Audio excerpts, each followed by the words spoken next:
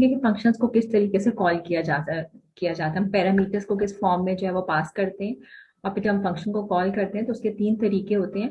एक होता है function call by value, call by reference और कॉल बाय पॉइंटर्स। ठीक है, तो हम तीनों को एक ही प्रॉब्लम जो है वो लिखते हैं, एक ही तरह का फंक्शन लिखते हैं और उसको call by value, call by reference और कॉल बाय पॉइंटर्स करके लिखेंगे। ठीक है, तो जो फंक्शन हम यूज कर रहे हैं उसमें हम क्या करेंगे, ऐसा करते हैं कि हम एक फंक्शन यूज करते हैं।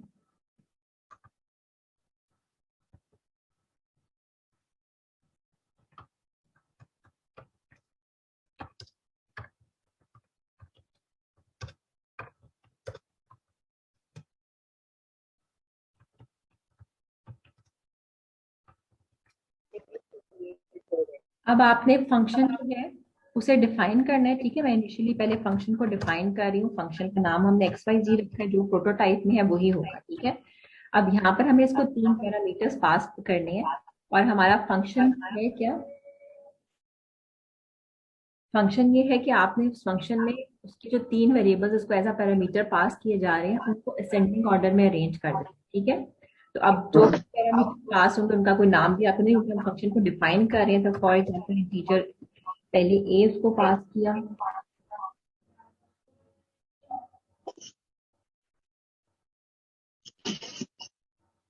ठीक है, और फिर उसको एक और इंटीजर बी पास किया, इंटीजर सी पास किया, और फिर हमने फंक्शन डेफिनेशन देनी है। फंक्शन डेफिनेशन में ऑब्वियसली हमने असेंडिंग ऑर्डर में अरेंज करना है, तो हमें क्या करना पड़ेगा कि हम ए को बी से कंपेयर करेंगे, फिर ए को सी से कंपेयर करेंगे, क्योंकि लार्जेस्ट वैल्यू जो वेरिएबल ए के अंदर आनी चाहिए। असेंडिंग ऑर्डर में इन तीनों वेरिएबल की वैल्यूज को अरेंज करना है ना। हमें प्रिंट नहीं करना, हमें एक्चुअली जो है वो वेरिएबल ए के अंदर सबसे बड़ी वैल्यू होनी चाहिए, बी के अंदर उससे स्मॉलर और सी के अंदर उससे स्मॉलेस्ट वैल्यू होनी चाहिए। तो इसका तरीका क्या है, हमें इफ स्टेटमेंट यूज करनी पड़ेगी। हम इफ स्टेटमेंट यूज करेंगे और हम चेक करेंगे कि if A is less than B, इसका मतलब है कि ए को लेस देन बी नहीं होना चाहिए। अगर in case A is less than B है तो हमें स्वैपिंग कर देनी चाहिए, यानी बी की वैल्यू ए में असाइन कर देनी चाहिए। और नॉर्मली जब हम ऐसे करते होते हैं तो हम क्या करते हैं, एक टेम्पररी वेरिएबल हमें यूज करना पड़ता है। ठीक है, तो मैं यहाँ पर एक टेम्पररी वेरिएबल डिक्लेयर कर देती हूँ, उसका नाम आप कुछ भी रख सकते हो, मैं टेम्पलेट लिख रही हूँ। ठीक है, ये प्रॉब्लम बहुत नॉर्मल कॉमन सा प्रॉब्लम है जो हम पहले भी कर चुके हैं। बस सिर्फ इतना है कि हम उसे फंक्शन में लिख रहे हैं और हम उसे तीन पैरामीटर्स पास कर रहे हैं, और हम हर दफा चेक करेंगे कि ये जो फंक्शन हम इसे कॉल करें वो किस तरीके से कर रहे हैं। हम तीन तरह से इसको ट्राई करेंगे, call by value, call by reference और कॉल बाय पॉइंटर्स। तो फिलहाल जो हम पहला काम कर रहे हैं वो कॉल बाय वैल्यू कर रहे हैं। ठीक है, तो हमने चेक किया कि if A is less than B, तो हमें क्या करना है, स्वैपिंग कर देनी है, यानी कि टेम्पररी वेरिएबल के अंदर असाइन करो ए की वैल्यू। ठीक है, अब ए की वैल्यू सेफ है टेम्पररी के अंदर, तो हम ए के ऊपर बी असाइन कर सकते हैं। ठीक है, तो वो लॉस नहीं होगी ए की वैल्यू। अब हम बी को असाइन कर देंगे टेम्पररी वेरिएबल की वैल्यू, यानी कि उसके अंदर जो वैल्यू थी वो ए की वैल्यू थी। अब ए के अंदर बी की वैल्यू आ चुकी है और बी के अंदर ए की वैल्यू आ चुकी है। ठीक है, सिमिलरली अब आपको क्या चेक करना है कि अगर ए बी से छोटा था तब तो हमने उसको स्वैपिंग कर दी, फिर ये भी हो सकता है कि ए जो है वो सी से भी स्मॉलर हो। ठीक है, तो फिर हमें क्या करना है,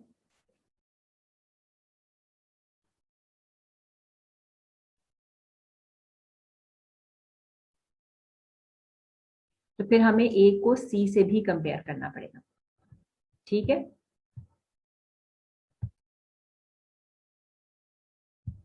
अच्छा यहाँ पर अब आपने ये नोट करना है कि इफ एल्स यूज करना है या इफ स्टेटमेंट यूज करना है। अगर हम एल्स इफ यूज करेंगे तो अगर पहली स्टेटमेंट ट्रू हो जाएगी तो एल्स की कोई कंडीशन चेक नहीं होगी, इसलिए आपको मल्टीपल इफ स्टेटमेंट्स यूज करनी पड़ेंगी, क्योंकि हमें हर स्टेटमेंट को चेक करना है। If A is less than C, ठीक है, अगर आपने ये चेक करना है कि क्या ए सी से स्मॉलर तो नहीं है, अगर ए सी से भी स्मॉलर है तो फिर आपको उस वैल्यू को भी जो है वो स्वैप करना पड़ेगा। ठीक है, तो उसमें भी प्रोसेस वही है जो आपने ऊपर यूज किया। टेम्पररी वेरिएबल के अंदर आप वैल्यू असाइन करोगे ए की, और सी को असाइन कर दोगे ए की वैल्यू, और ए को असाइन कर दोगे टेम्पररी वेरिएबल की वैल्यू। तो इससे क्या होगा कि ए और सी के दरमियान भी स्वैपिंग हो जाएगी। ठीक है, तो इसका मतलब है कि अब हमने ए के अंदर लार्जेस्ट वैल्यू तो असाइन कर दी। अब हमारा अगला टास्क क्या था कि हमें बी को भी चेक करना है कि बी के अंदर जो है वो सी से स्मॉलर है कि नहीं। अब इन दो इफ स्टेटमेंट्स के बाद ये तो कंफर्म है कि ए के अंदर जो वैल्यू है बी और सी दोनों से लार्जेस्ट का लार्जेस्ट वैल्यू तो हमने ए के अंदर कर दी। अब हमें क्या चेक करना है कि बी को कंपेयर करना है सी से। If B is less than C, ठीक है, तो फिर हम क्या करेंगे, हम इसमें भी स्वैपिंग करेंगे। वही टेम्पररी वेरिएबल हम यूज कर सकते हैं। ए टेम्पररी वेरिएबल को वैल्यू साइन करेंगे बी की, और सी को, सॉरी, बी को असाइन कर देंगे सी की वैल्यू, और सी को असाइन कर देंगे टेम्पररी वेरिएबल की वैल्यू। ठीक किया मैंने, कोई मिस्टेक तो नहीं की है? ठीक है, इससे क्या ऊपर होगा, मैम बी, ये मैम ऊपर जो इफ स्टेटमेंट यूज किया इसमें मैम सी को टेम्परेरी वेरिएबल नहीं इसको असाइन करना मैम। सेकंड स्टेटमेंट की बात कर रहे हो बेटा? जी मैम। अच्छा, ए इज लेस देन सी, तो इसका मतलब है हमने ए की वैल्यू जब वो टेम्पररी वेरिएबल को असाइन कर दी, इसका मतलब है जो ए की वैल्यू हमने रखनी है, ए सेव रखी है, वो टेम्पररी वेरिएबल के अंदर है। ठीक है, अब ए की ऊपर जो है वो सी की वैल्यू असाइन करनी चाहिए, ये आप कह रहे हो? जी मैम। ठीक है, हाँ सॉरी। अब ए को हमने सी की वैल्यू जो है ए को असाइन कर दी, और ए को जो है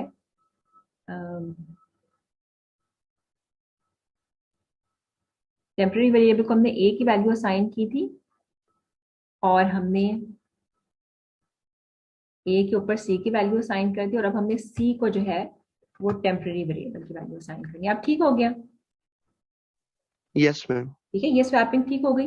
अब बी और सी को कंपेयर करना है। बी की वैल्यू हमने सेव कर ली है by assigning to the temporary variable. अब हम सिंपली बी को सी की वैल्यू असाइन कर सकते हैं। अब यहाँ पर सी को टेम्पररी वेरिएबल असाइन कर, ये तो ठीक है ना? ठीक है।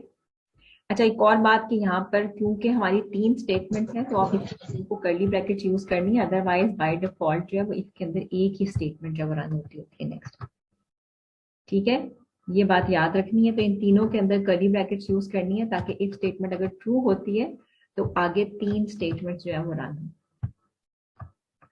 अच्छा, अब हमें सी को किसी से कंपेयर करने की जरूरत नहीं, क्योंकि सी जो है वो ए से भी कंपेयर हो चुका है, बी से भी हो चुका है। ठीक है, अब जो सी के अंदर है वो ऑटोमेटिकली स्मॉलेस्ट वैल्यू होगी।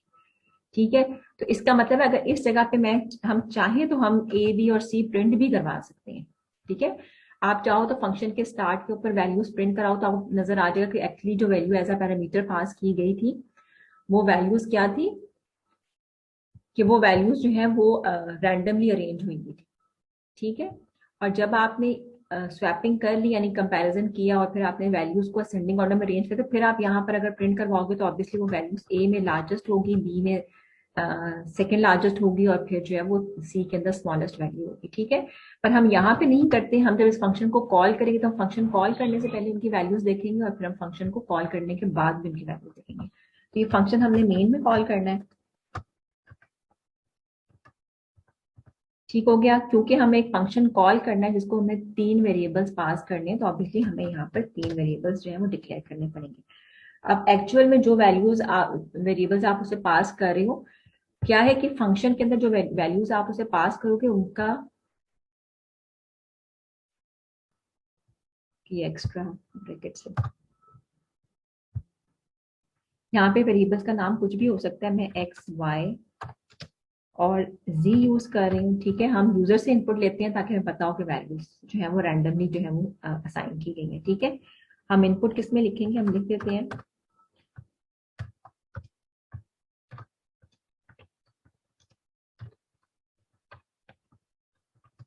enter value for variable a।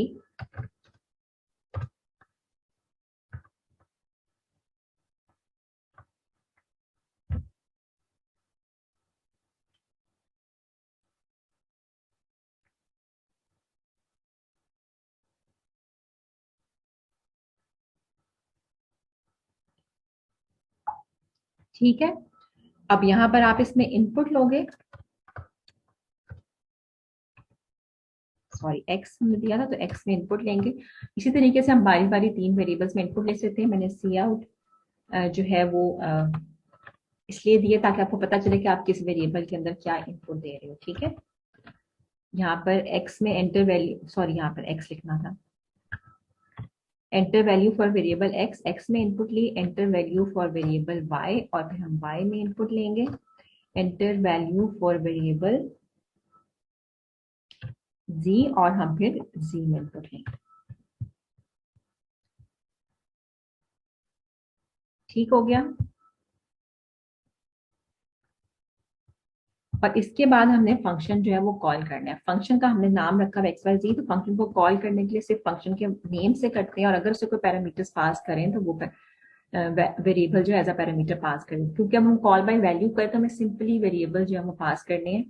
अब यहाँ पर जो वेरिएबल्स यहाँ पर हमने जिनके इनपुट लिए वो एक्स वाई और जी है, तो हम सिंपली एक्स वाई और जी जो है वो इसे पास कर देंगे। ठीक है, ये फंक्शन कॉल होगा तो ऑब्वियसली ये बात हम बहुत दफा डिस्कस कर चुके हैं कि फंक्शन कॉल होगा तो ये इसका कंट्रोल जो है वो फंक्शन पे चला जाएगा। फंक्शन कॉल करने से पहले भी है ये वैल्यूज प्रिंट करवा रहे हैं। ठीक है, फंक्शन कॉल करेंगे तो इसका मतलब है कि कंट्रोल जो है वो यहाँ पर ट्रांसफर हो जाएगा, और ये फंक्शन जब कॉल होगा तो जो भी वैल्यूज हम ए बी और सी यानी कि एक्स वाई और जी को पास कर रहे हैं तो वो उनको उनकी वैल्यूज को असेंडिंग ऑर्डर में अरेंज कर देंगे। ये तो हमने कॉल बाय वैल्यू किया था। कॉल बाय वैल्यू में हमें याद होना चाहिए कि जो वेरिएबल्स होते हैं वो उसकी कॉपी पास की जाती है। ठीक है, जब उस फंक्शन जो भी वेरिएबल आप एज एन आर्ग्यूमेंट पास करते हो उसकी कॉपी पास होती है, तो जो भी इफेक्ट हुआ होगा वो इन वेरिएबल्स के ऊपर हुआ होगा। ठीक है, तो वो जब हम आपको दोबारा उनकी आफ्टर फंक्शन कॉल प्रिंट करवाएंगे तो वो एक्चुअली कौन सी वैल्यूज प्रिंट करें जो यहाँ पर असल में विद इन अ फंक्शन है, यानी कि लोकल वेरिएबल्स की वैल्यू जो प्रिंट कर रहे हैं। ठीक है, तो अगर हमने बाय रेफरेंस किया होता तो इन सारे वेरिएबल्स के ऊपर असल में एक्चुअल में जो है वो कोई ना कोई डिफरेंस आया होता। ठीक है, तो अगर आप इस फंक्शन के अंदर भी एक दफा इसको प्रिंट करवा लो ना, जब कहते हैं विद इन अ फंक्शन, तो वहां पर आपको चेंज नजर आएगा। फॉर एग्जाम्पल मैं इस फंक्शन के अंदर जो है इस चीज को प्रिंट करवाती हूँ, तो फिर आप देखना कि यहाँ पे मैं सी आउट करती हूँ।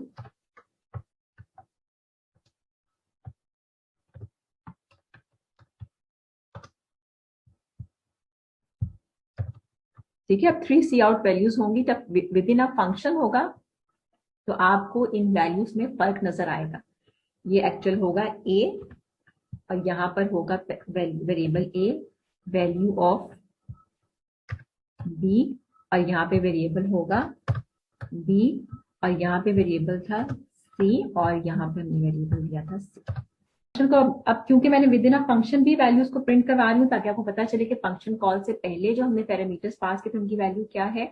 विद इन अ फंक्शन जब आप पैरामीटर्स पास करते हो एक्चुअली कॉपी क्रिएट होती है उन वेरिएबल्स की, और उनके ऊपर जो है इफेक्ट आता है जो हम चेंज करते हैं। जब फंक्शन एंड होता है तो क्योंकि फंक्शन के वो लोकल वेरिएबल के तौर पर जो है ये सारे के सारे जो वैल्यूज क्रिएट हुए थे, जो पैरामीटर पास होते हैं, ये एज अ कॉपी थे, और ये इस फंक्शन के लोकल वेरिएबल थे। तो जैसे ही फंक्शन एंड होगा तो यहाँ पर ये सारे के सारे जो उसके लोकल वेरिएबल्स होते हैं वो डिस्ट्रॉय हो जाते हैं।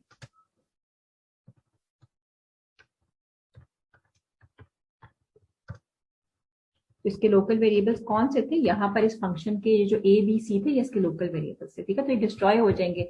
तो जो भी इफेक्ट आया था वो ए बी सी पर आया था, तो अगर हम आफ्टर फंक्शन कॉल जो पैरामीटर हमने पास किए थे उन पे कोई इफेक्ट नजर नहीं आएगा। तो इसलिए अब हम इस फंक्शन को फिर कॉल करके देखते हैं कि अब हम वैल्यूज देते हैं। फॉर एग्जाम्पल पहली वैल्यू थी 2, सेकेंड 8 और थर्ड इज 1।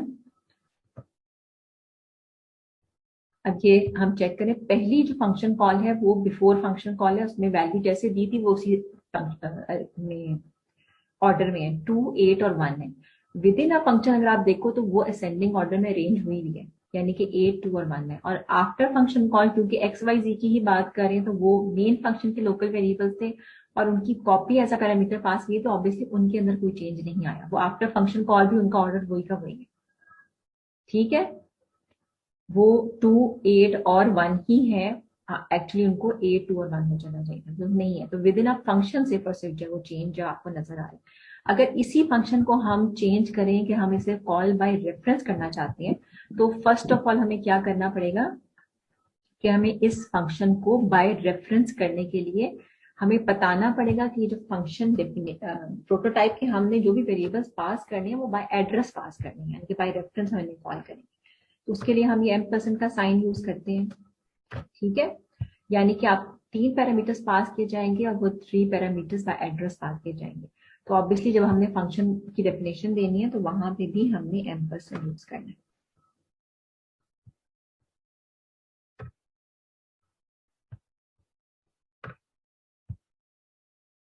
ठीक हो गया। अब चेंज कितना सा आया कि अब हम इस फंक्शन को जो कॉल करेंगे वो कॉल बाय रेफरेंस करेंगे। और उसके लिए हमने क्या किया कि हमने एक एड्रेस ऑपरेटर जो है वो यूज किया है, जिसे हम रेफरेंस ऑपरेटर भी बोलते हैं। ठीक है, तो हमने जब ये यूज किया तो अब फंक्शन कॉल करने का क्या तरीका है, अब यहाँ पर भी हम एग्जैक्टली वही काम कर रहे हैं। यहाँ पर 3 पैरामीटर्स पास करें, बिफोर फंक्शन कॉल हमने उनकी वैल्यू प्रिंट करवाई हुई है। फंक्शन कॉल होगा तो इसका जो कंट्रोल है वो कहाँ, यहाँ पे ट्रांसफर हो जाएगा। ठीक है, जब यहाँ पे ट्रांसफर होगा तो क्योंकि यहाँ पर डेफिनेशन में लिखा हुआ है कि जो फंक्शन है ये बाय रेफरेंस जो है ये वेरिएबल्स पास किए जा रहे हैं, इसका मतलब ये है कि उन वेरिएबल्स का एड्रेस दिया जा रहा है। यानी अब इन वेरिएबल्स के ऊपर जो भी चेंज होगा वो एक्चुअली उस एड्रेस से पड़ी हुई वैल्यूज के ऊपर चेंज किया जाएगा। कोई नई कॉपी नहीं बनाकर उन वैल्यूज की दी जा रही जिनके ऊपर चेंज जो है होगा। तो एक्चुअल में अगर आपने एक्स वाई जी जो है वो पास किया था बाय एड्रेस, तो इसका मतलब ये कि आफ्टर फंक्शन कॉल भी इन एक्स वाई जी के अंदर चेंज जो है आपको नजर आना चाहिए। ठीक है, एग्जैक्टली वही कोड है, इसको रन करते हैं। फर्क सिर्फ इतना है कि हमने फंक्शन जो है वो कॉल किया है बाय रेफरेंस। अब यहाँ पर वो वेरिएबल जो है वो लोकल वेरिएबल नहीं है, वो वहां पे डिस्ट्रॉय नहीं होंगे। ठीक है, तो यहाँ पर आपको इफेक्ट, ये वाली जो लाइन जब कॉल होगी आफ्टर फंक्शन कॉल, तो आपको इफेक्ट नजर आना चाहिए और विद इन अ फंक्शन भी नजर आना चाहिए। ठीक है, मैं इसको दोबारा कॉल कर रही हूँ और इस वक्त हम जो कॉल कर रहे हैं वो that is calling by reference. X की वैल्यू एंटर करती हूँ 4, 1 और 2। अब ये रैंडमली वैल्यूज है, सबसे पहले लार्जेस्ट वैल्यू और फिर सेकंड वाली जो है वो स्मॉलेस्ट है और फिर थर्ड जो है वो सेकंड लार्जेस्ट है या सेकंड स्मॉलेस्ट है। ठीक है, तो अब इसको जो ऑर्डर अरेंज होना चाहिए फंक्शन कॉल, इसके बाद फंक्शन कॉल होना है। ठीक है, हमने पहले उन वैल्यूज को प्रिंट कराया फिर इस लाइन पर फंक्शन कॉल हो रहा है। तो अब आपका ऑर्डर जो कंट्रोल है प्रोग्राम का वो कहाँ चला जाएगा, इस फंक्शन के ऊपर। ठीक है, ये हम देख रहे हैं। तो अब इस फंक्शन ने क्या करना है, इस फंक्शन ने एक्चुअल, क्योंकि इस फंक्शन को जो वैल्यूज है वो बाय एड्रेस पास की गई है, तो अब इसमें एक्चुअल में जो ये वेरिएबल्स की वैल्यू स्वैप हो रही है एक्चुअल में इस वेरिएबल्स के ऊपर ही हो रही है। ठीक है, तो विद इन अ फंक्शन जो वैल्यूज होंगी वो तो आपके असेंडिंग ऑर्डर में आएंगी आएंगी। उसके बाद आपकी जो वैल्यूज आफ्टर फंक्शन कॉल है वो भी उस असेंडिंग ऑर्डर में होनी चाहिए। अब ये चेक करें, before function call value of X is 4, y is 1 and z is 2। With in a function value जो है वो सेंडिंग ऑर्डर में अरेंज हो गई है 4, 2 और 1। ठीक है, सबको नजर आ रहा है ना। आफ्टर फंक्शन कॉल भी हम चेक करें तो वैल्यू एक्स वाई जी की है। विद इन अ फंक्शन तो ए बी सी थी ना, जो कि एक्चुअली उनके एड्रेस के एरियस बने थे। ठीक है, तो उनके अंदर भी चेंज नजर आ रहा है और जो एक्चुअल वेरिएबल्स एक्स वाई जी थे उनके अंदर भी चेंज नजर आ रहा है। क्योंकि जो चेंज आया था वो एक्चुअल में हमने जिन वैल्यूज को एक्सेस करने की कोशिश की थी उन एड्रेस के ऊपर पड़ी हुई वैल्यूज को एक्सेस किया था। ठीक है, तो असल में डिफरेंस आया, तो हम ये देख सकते हैं कि हमारी जो आफ्टर फंक्शन कॉल है वैल्यू ऑफ एक्स वाई जी जो है वो भी असेंडिंग ऑर्डर में रेंज हो चुकी है। ठीक है, अब यही काम जो है वो हम बाय पॉइंटर्स भी कर सकते हैं। अच्छा, अब हमने दो प्रॉब्लम्स कर एक ही फंक्शन को यूज करते हुए उसको दो तरह से कॉल किया, कॉल बाय वैल्यू और कॉल बाय रेफरेंस। ठीक है, अब हम जब इस फंक्शन को कॉल करेंगे तो वो कॉल बाय पॉइंटर्स करेंगे।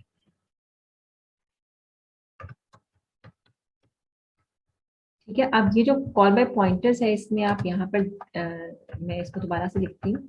ये प्रोटोटाइप आपने देखा, मैंने इसको चेंज किया। पहले क्या था, बाय रेफरेंस था। अगर आपने बाय पॉइंटर्स का, इसका मतलब ये है कि फंक्शन डेफिनेशन में आपने ये चीज डिफाइन करनी है कि ये फंक्शन जो है इसको जो आर्ग्यूमेंट्स पास किए जा रहे हैं वो पॉइंटर्स पास किए जा रहे हैं। तो अगर हम ये फंक्शन प्रोटोटाइप है तो इसमें आपको, अब पहले से हमने बाय एड्रेस दिया था, अब एड्रेस नहीं बल्कि बाय पॉइंटर्स है। तो पॉइंटर्स का ये जो ऑपरेटर होता है वो क्या होता है, स्टैटिक होता है। सो कहते हैं डी रेफरेंस ऑपरेटर, जो कि शो करता है कि इसको कोई पॉइंटर्स पास किए जाएंगे। ये अब फंक्शन की प्रोटोटाइप है। अच्छा, एक बात अगर आप दोबारा से रिकॉल करो तो पॉइंटर्स जो हमने लास्ट लेक्चर में डिस्कस किया था, पॉइंटर्स क्या होते हैं कि पॉइंटर एक ऐसा वेरिएबल होता है जो कि अपने अंदर सेव हुए हुए एड्रेस पे पड़ी हुई वैल्यू को डायरेक्टली पॉइंट कर रहा होता है। ठीक है, यानी अगर हम उस पॉइंटर को यूज करते हुए कोई भी जो है वैल्यू एक्सेस करें तो क्या वैल्यू की उसके अंदर जो एड्रेस सेव हुआ है जिस वेरिएबल का, उस वेरिएबल के अंदर पड़ी जो वैल्यू है वो डायरेक्टली उसके ऊपर इफेक्ट होगा। फॉर एग्जाम्पल अगर ये पॉइंटर, अब हम इसकी डेफिनेशन पे जाएं तो हम यहाँ क्या कर रहे हैं कि ये जो इंटीजर है ये पॉइंटर है, पॉइंटर ए। ठीक है, इसका नाम, और ये पॉइंटर बी और ये पॉइंटर सी।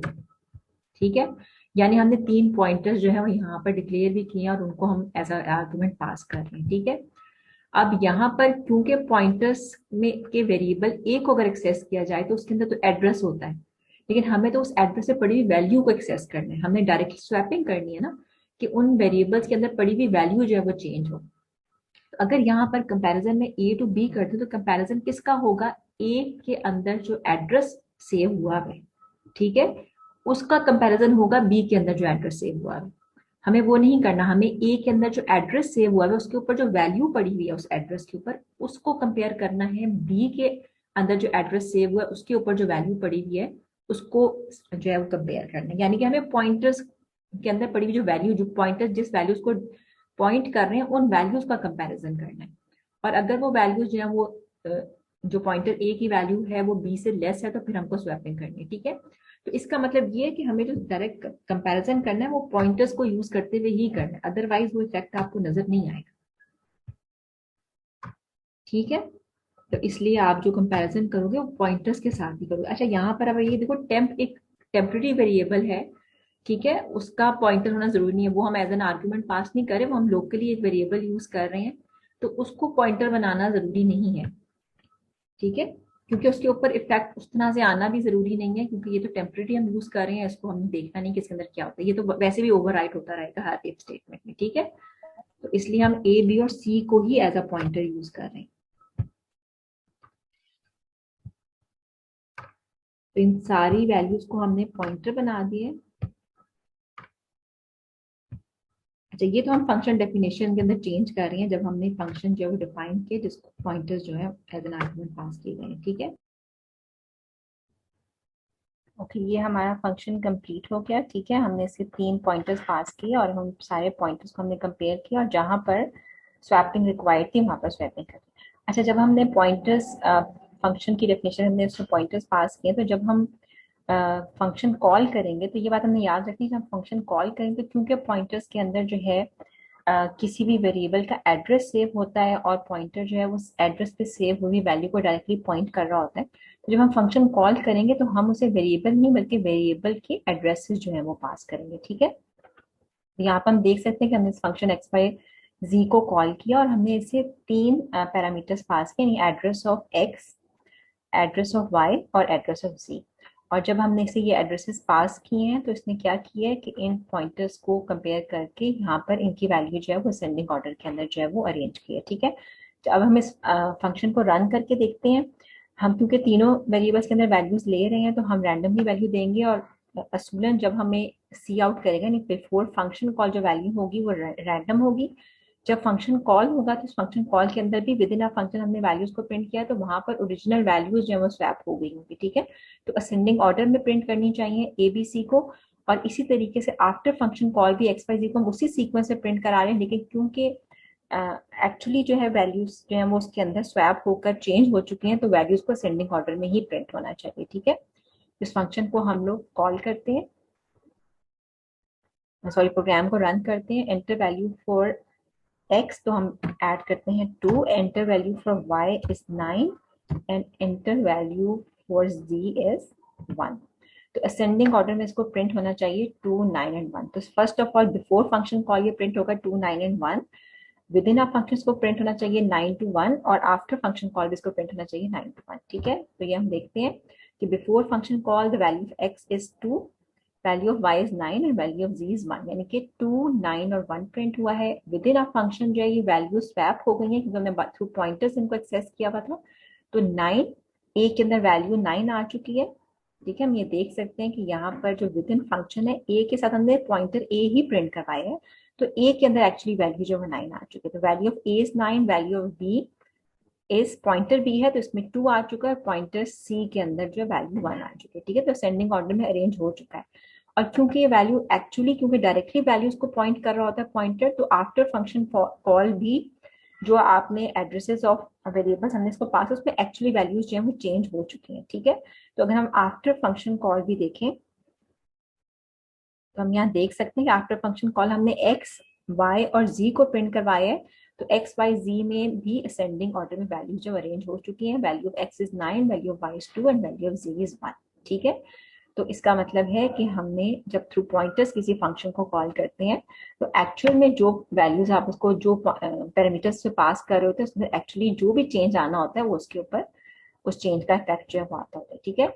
यहाँ पर अपने लेक्चर को एंड करते हैं। हमने आज 3 चीजें देखी कि हमने एक ही तरह की एग्जाम्पल ही फंक्शन की और उसको call by value, call by reference और कॉल बाय पॉइंटर करके देखा। ठीक है।